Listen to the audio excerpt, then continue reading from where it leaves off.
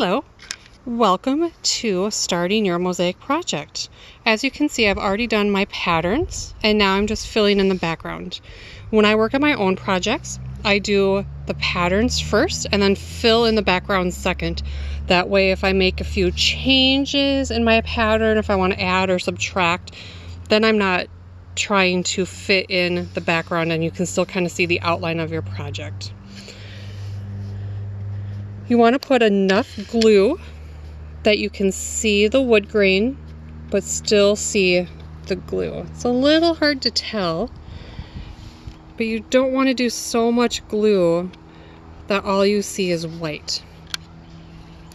I do a little bit at a time to get started, and then as I get into the groove of it and kind of get used to the project I'm working on, I do, kind of maybe like this whole corner at once.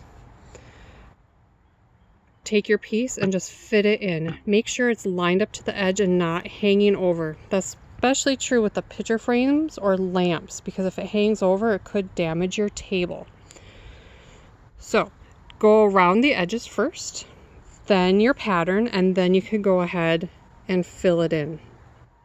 Some people ask if they should lay it all out first. I do not recommend that from past experience, because you can never put it back the same way twice. It's just like trying to fold up a tent. It's just not going to work. So just jump right in and just start doing it. I try and keep a few pieces out so that way I can see what my selections are and just kind of dive in. My spacing varies. Here's the paintbrush for a reference point, but you can see they're fairly close together, but they're not all even. Sometimes I get a little more frustrated, sometimes I just get tired and have bigger gaps. But try and get them as close together as you can, especially if you're doing some sort of pattern, because you really want that outline of this butterfly to show through. So make sure you get those really nice tight lines, especially like on the trees. You can see how those are nice straight edges, so when you get the background in, you can tell it is a tree. So when you do this, just keep going over and over and over until you are done. If you get some glue on the top, not a big deal. The grout that I provided you is sanded and it will get rid of most all the glue on top. And what it doesn't get rid of, you can easily scrape off with your fingernail without a problem.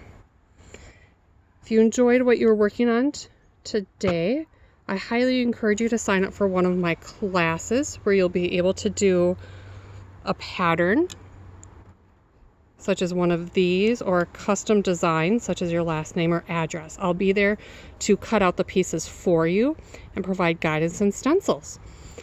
The video right below this is one on grouting. So as soon as you get all your pieces glued on there, make sure to check out that video for some simple instructions on how to grout.